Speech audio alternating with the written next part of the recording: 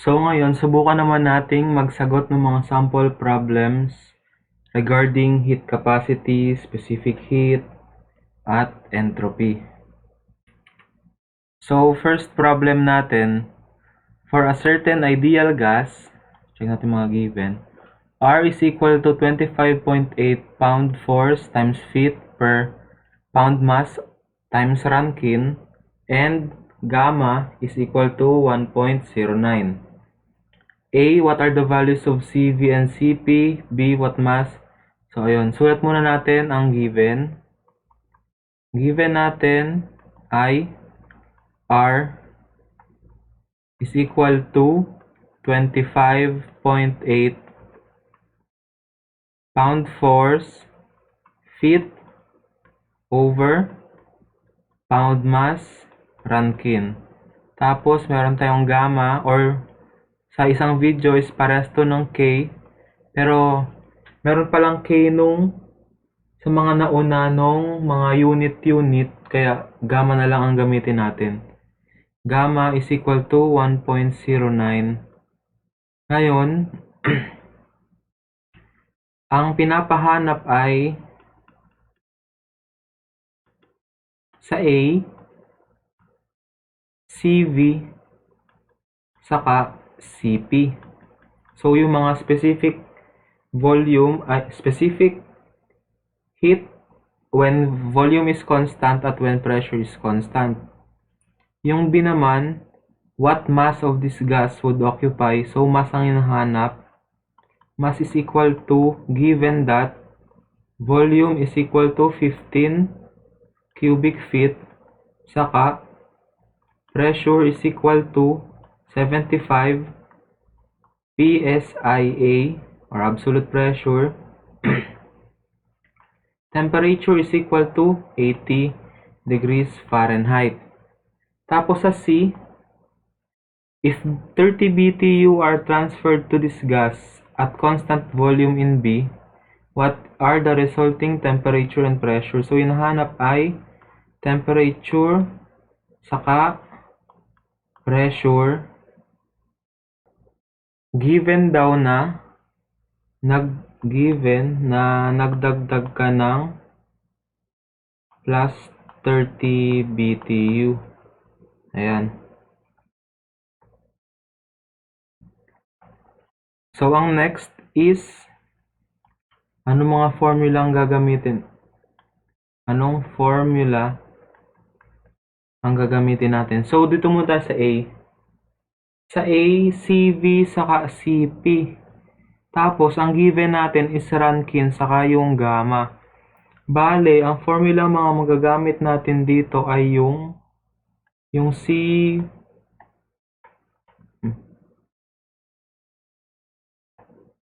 yung CV, CV is equal to R over gamma minus 1, saka yung CP is equal to gamma R over gamma minus 1. Since andito na tayo, subukan na rin natin kung mag-hold true tong CP is equal to CV plus R. Ayan, subukan na rin natin yan. So, for A muna sagutan natin. For A, solution for A. So, una is CV muna. CV is equal to R over gamma minus 1. Is equal to, ang R natin ay 25.8 pound force times feet all over pound mass times Rankine. Ito ay all over. Ang gamma ay 1.09 minus 1 is equal to. So, calculate natin agad, direkta na. Bali, ang lalabas ay 286.6 non-ending pound force times feet all over pound mass times Rankine. Store na lang natin to sa A. Store sa A. Ngayon, tapos na ba to? Kasi tandaan natin yung mga units ng specific heat ay either kilojoule per kilogram times Kelvin or kapag naka-English is BTU over LBM Rankine. Ayan. Ngayon, kung titingnan natin, ito ay pares na nito. So, hanapin na lang natin paano mako-convert yung BTU sa pound force times feet. Meron naman tayo noon na 1 BTU is equal to 778 pound force feet. Ayan, convert natin. So, CV is equal to 286.6 na nakastore yan sa A. LBF feet all over pound mass Rankine times 778 pound force feet is equal to 1 BTU. Therefore, CV natin, final CV is equal to A over 778. Bale, magiging 0.368,466,1525. Cancel to. BTU per pound mass Rankine. Ayan.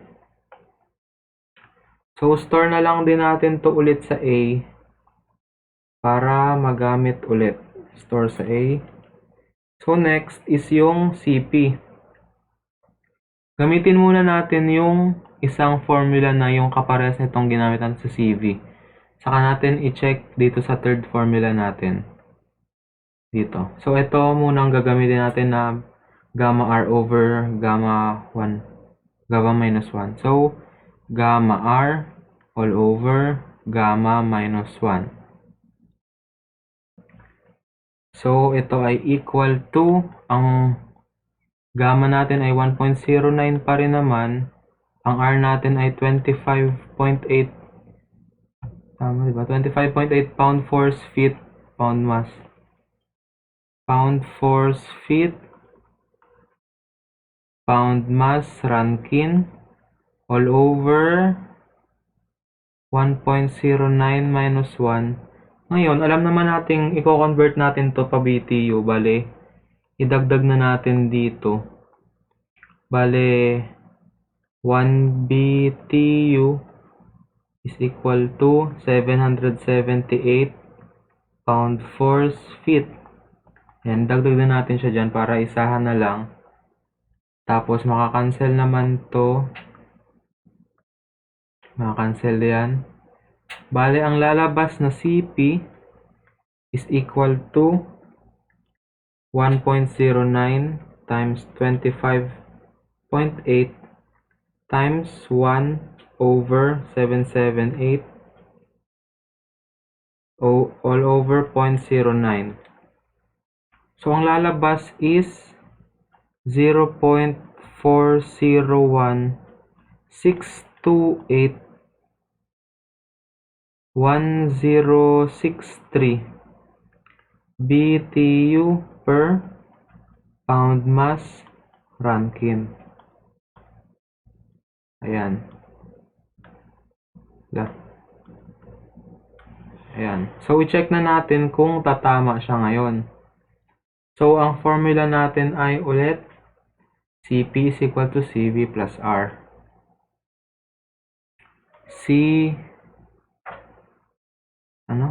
CP is equal to CV plus R. Pero ang gagamitin natin dyan is yung kumbaga native units, yung hindi pa naka-convert sa BTU. So, ang gagamitin natin dyan is yung A. Itong A. ang gagamitin natin as CV. So, A plus 1.09 is equal to A plus 1.09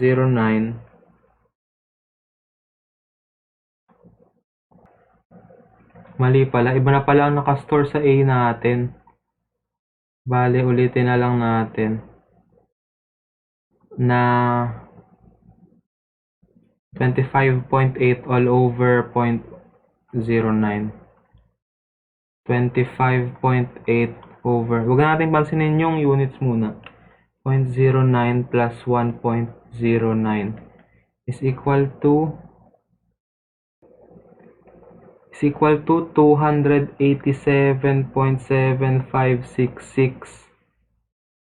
6, dire-diretso na naman yung 6. Ngayon, store natin to sa A. Ito, real talk na. Store natin siya sa A. Tapos alam naman natin ang units nito ay ito rin naman. Pound force over feet. So, convert natin to A, CP. Convert natin siya. I-multiply natin over 778. Divided by 778. So, ang lumabas is 0.36986.71808. Parehas ba ng CP? Hindi. Dito pala. Ito pala. Mali pala. R ang ipa-plus, hindi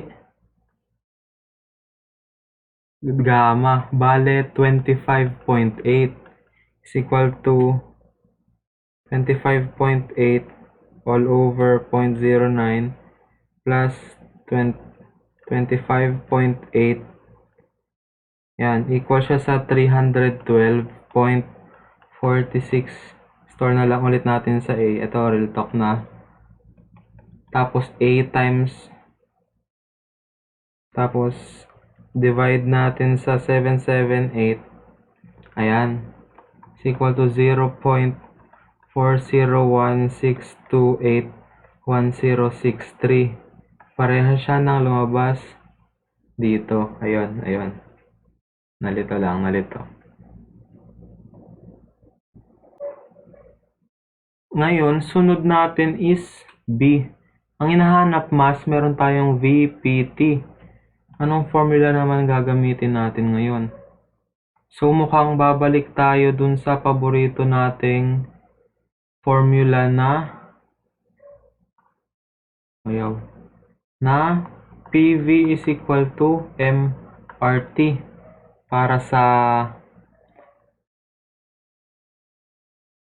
letter B. So, copy ko lang to. Ayan. Para sa letter B, so hinahanap is mass. So, M is equal to PV over RT. Ngayon, ang P natin ay 75 PSIA. 75 PSIA ay, sige, ayusin muna natin ang mga given. Iayusin natin ang units nila. So, P is equal to 75 PSIA or yung tinatawag na pounds per square inch. So, ang magiging unit nito ay pound force per square inch nga. Square inch. Check muna natin kung saan natin siya i-convert mamaya. So, V natin is 15 cubic feet. Mukhang pwede pa naman. Tapos, T is equal to 80 degrees Fahrenheit. Ito malamang i-convert natin sa Rankine. Para i-convert sa Rankine, plus 460. Bale, magiging 540 Rankine. Itong R natin is, 25.5 pound force times feet all over pound mass times Rankine. Tama ba? Pound force, feet, pound mass, Rankine. Tama. Bale, ito, yung inch dito, malamang i-convert na natin sa feet. So, bale, ito feet, ito inch. So, 1 foot ay may 12 inches. Squared siya, bale, square natin.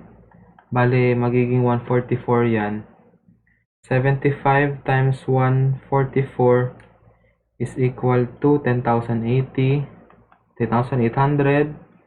Cancel to. Pound force over square foot. So, ayan, pwede natin makuha. Bale, magiging mass is equal to P. 10,800 pound force square foot. V natin is 15 cubic feet. Maka-cancel yan. All over R. 25.5 pound force feet over pound mass Rankine times temperature na 540 Rankine. Bali sa taas, ang lalabas na sagot ay 10,800 times 15 100 is equal to 162,000. Anong maiiwan? Ito cancel na, may maiiwang isa. Pound force feet all over. Store na lang natin to sa A. All over 25.8. 25.8 to, diba? O, 25.8. 25.8 times 540. Bale, ang nasa baba ay 13,932. Anong unit? Sa Rankine ay cancel. Bale, pound force times feet over pound mass. Ayun, magka-cancel. Bale, B. Store natin sa B. Kahit ano, para mas madali na. Tapos, cancel na natin to. Alam natin ito ililipat sa taas. Kasi mass na naman nga. Mass is equal to A over B.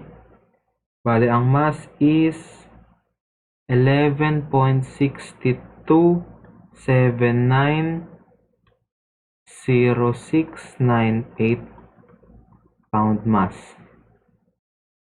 Ayan.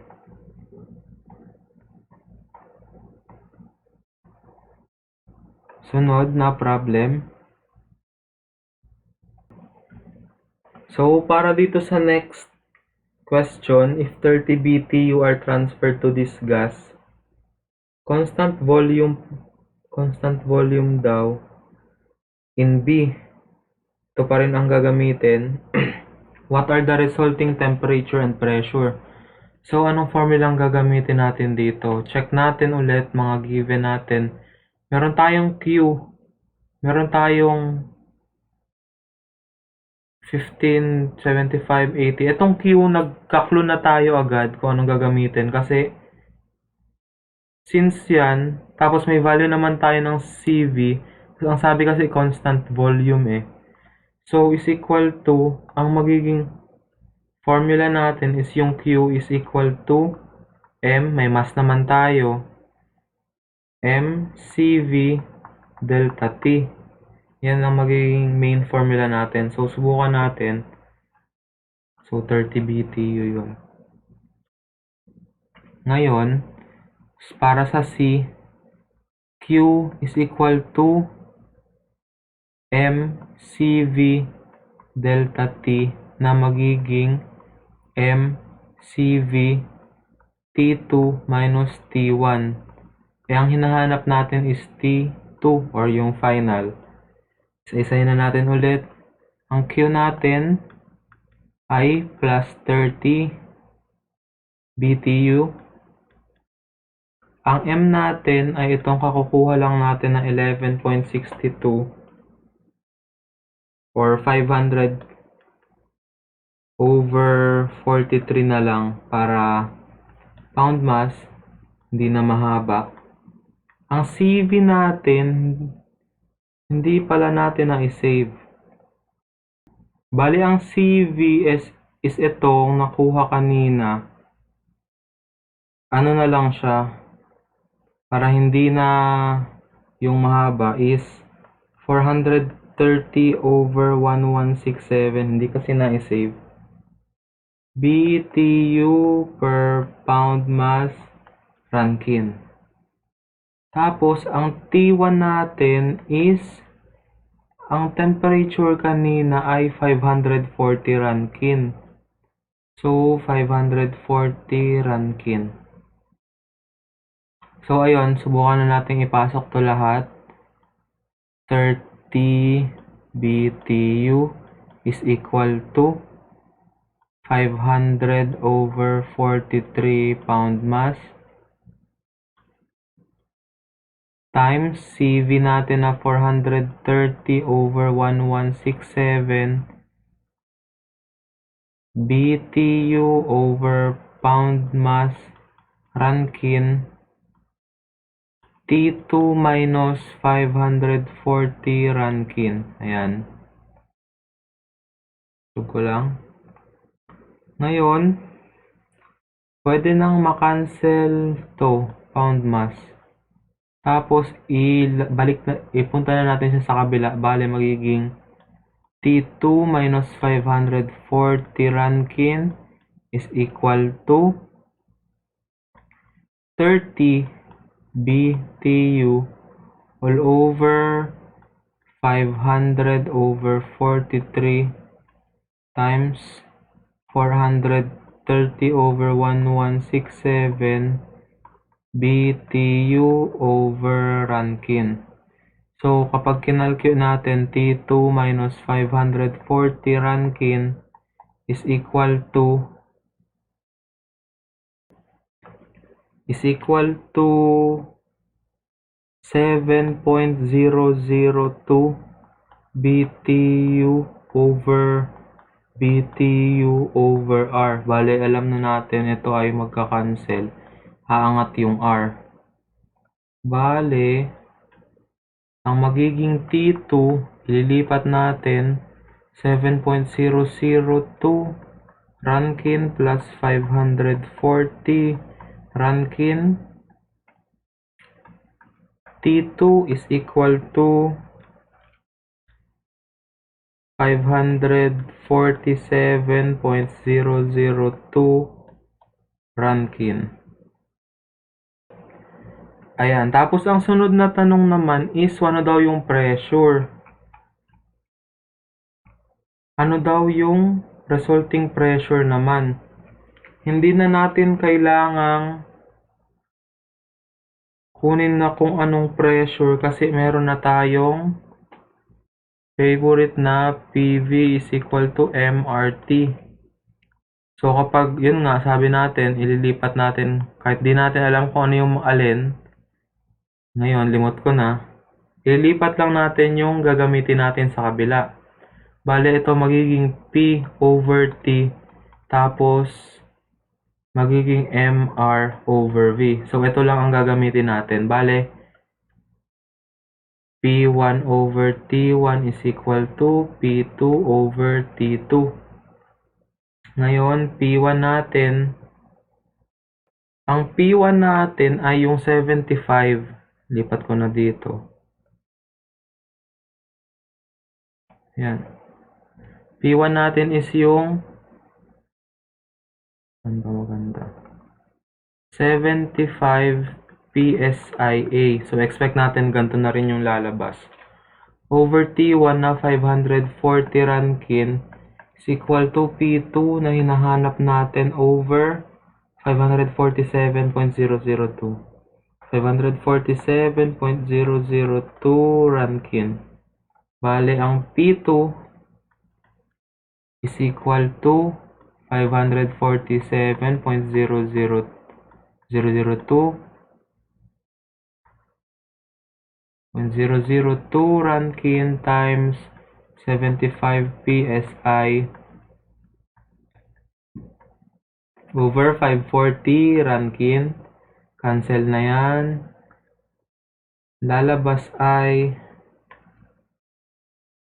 547.002 times 75 over 540.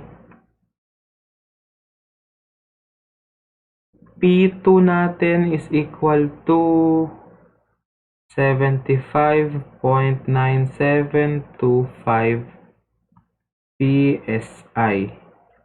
Our absolute. So, ayun, tapos na natin. Tapos na lahat, di ba?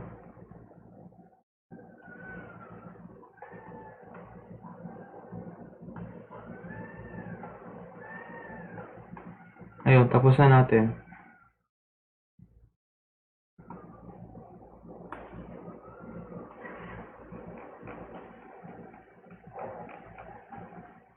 Tapos na.